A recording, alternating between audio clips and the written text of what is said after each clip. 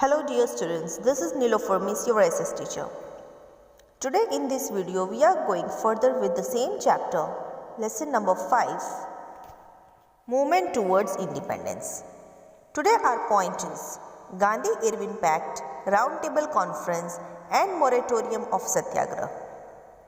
So Gandhiji was called upon by the Britishers for the Round Table Conference related to the constitutional structure and reforms. What happened now? Britishers kept one round table conference related to what? Related to constitutional structure and reforms, and in that conference Gandhiji was being called upon by them.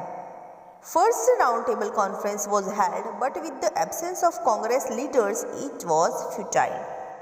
So what happened? When this first round table conference was held, in that conference Congress leaders were not present, and so it was useless, meaningless.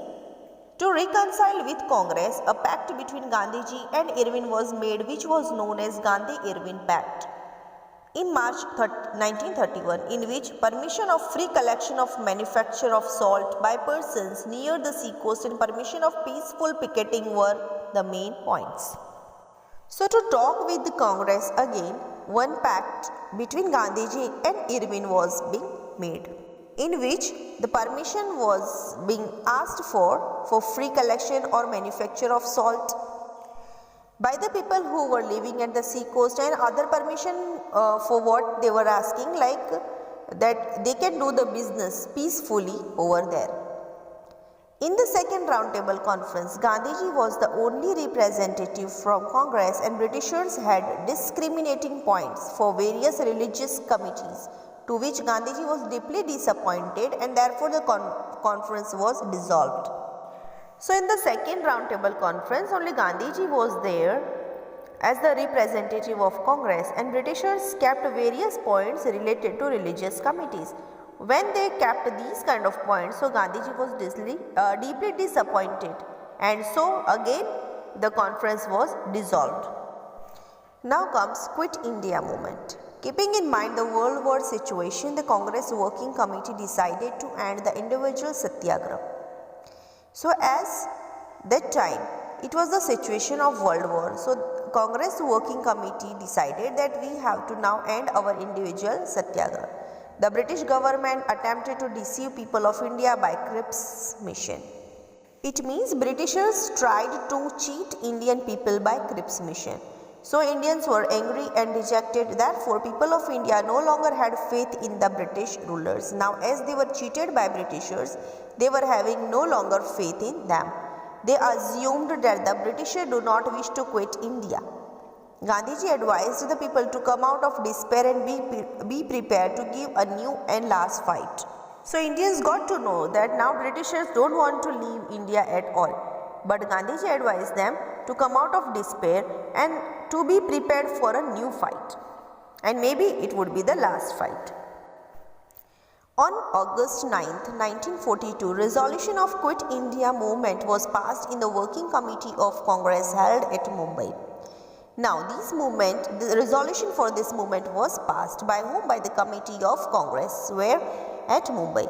On the second day of the resolution, as this resolution was passed by the Congress Committee, so the next day only, Gandhiji, Vallabhbhai Patel, Jawaharlal Nehru, Maulana Azad and other eminent Congress leaders were arrested. As they passed this resolution, they were arrested. Newspapers were banned. Why newspapers were banned? So that the people would not get the news about the resolution. Regional and district level Congress leaders were arrested simultaneously. So at district level also the Congress leaders were, and regional level also, these leaders were arrested by Britishers. Arrest of Gandhiji and other leaders resulted in nationwide strike, and to this Gandhiji said, what happened when Gandhiji was arrested and other leaders were arrested? So as a result, what happened? Nationwide strike was there. Whole nation was on strike.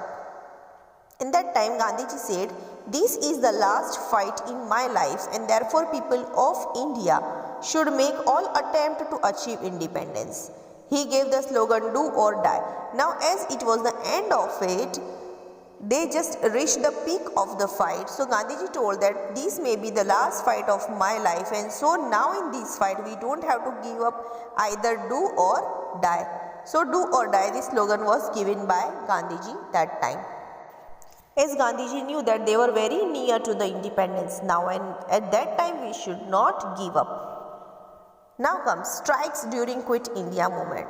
The rural and urban regions of the country, including workers, farmers, youth, students, teachers, businessmen and women, were in the forefront of this movement. It means all these people included in the movement.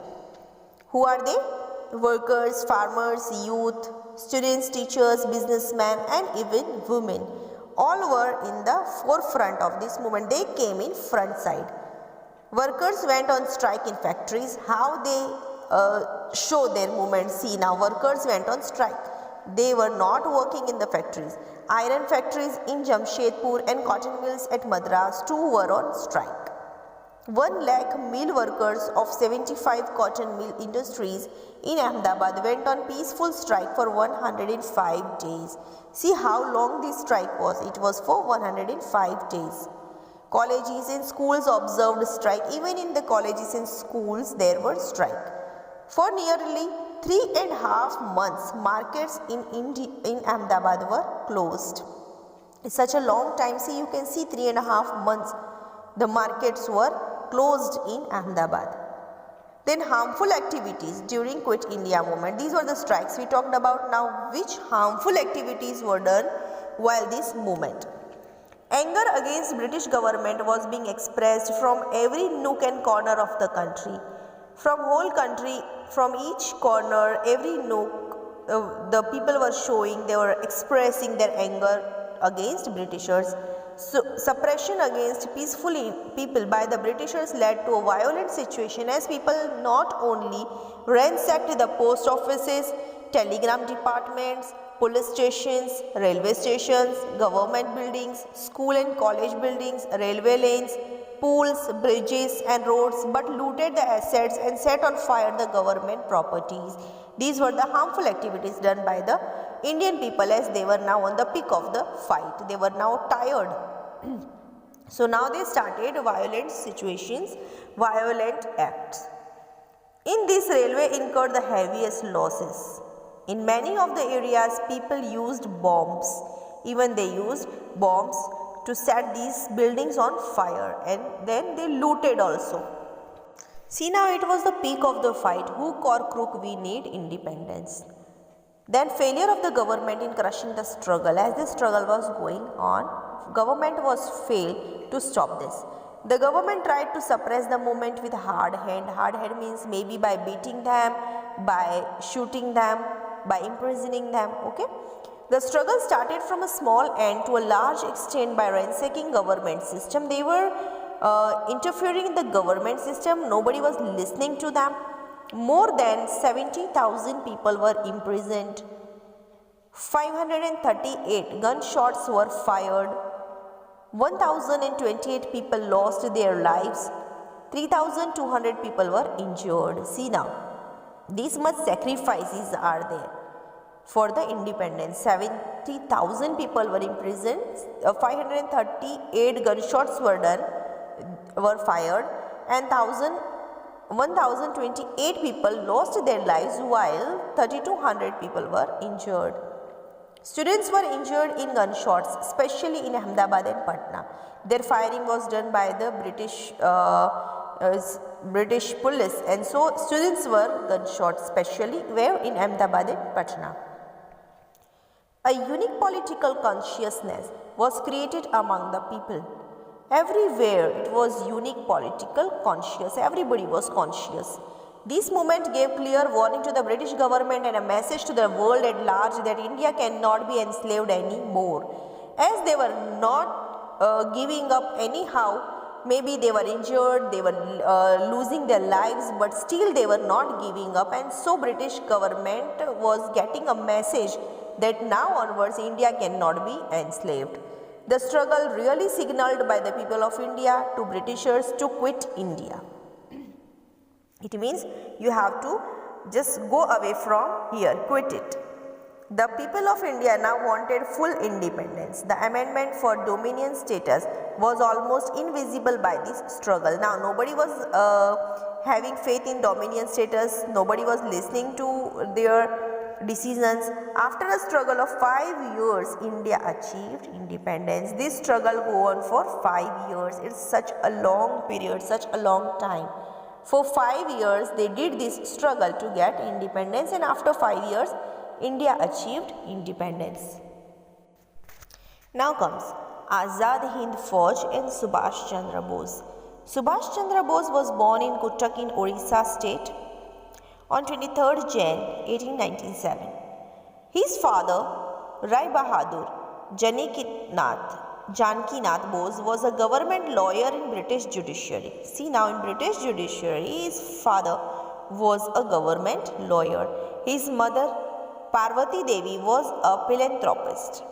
Prediction was that this Bengali lad will become sincere servant of Britishers. Obviously, both mother and father were working for Britishers, so it was predicted that this Bengali lad, this Bengali boy, will become sincere, being servant of Britishers.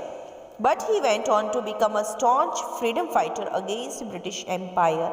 He didn't become the servant.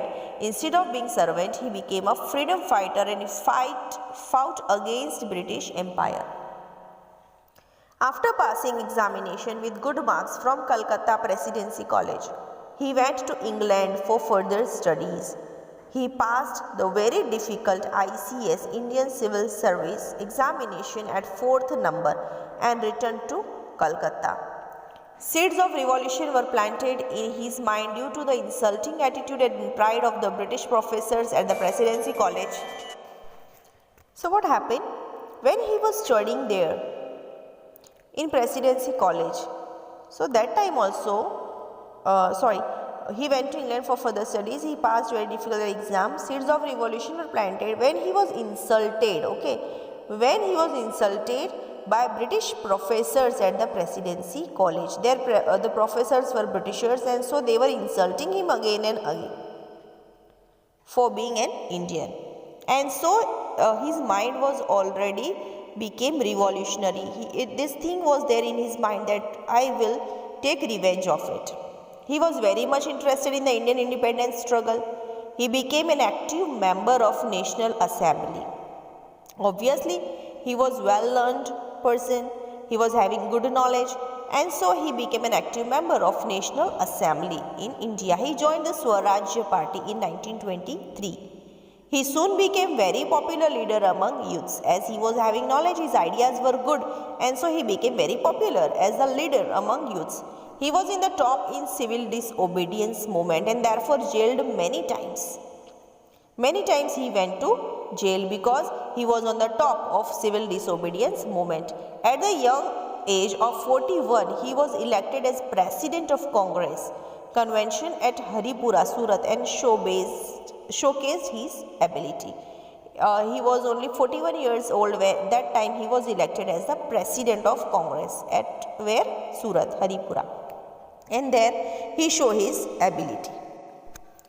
He left the Congress as difference of opinion with Gandhiji had increased, and he established a party, the Forward Bloc.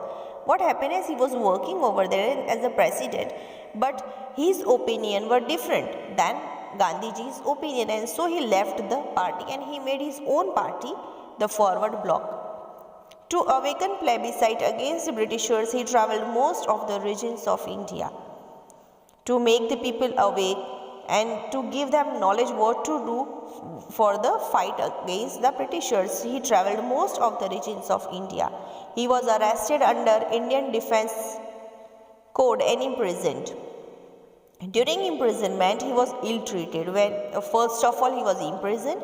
Secondly, when he was in the jail, there also he was ill-treated by the Britishers.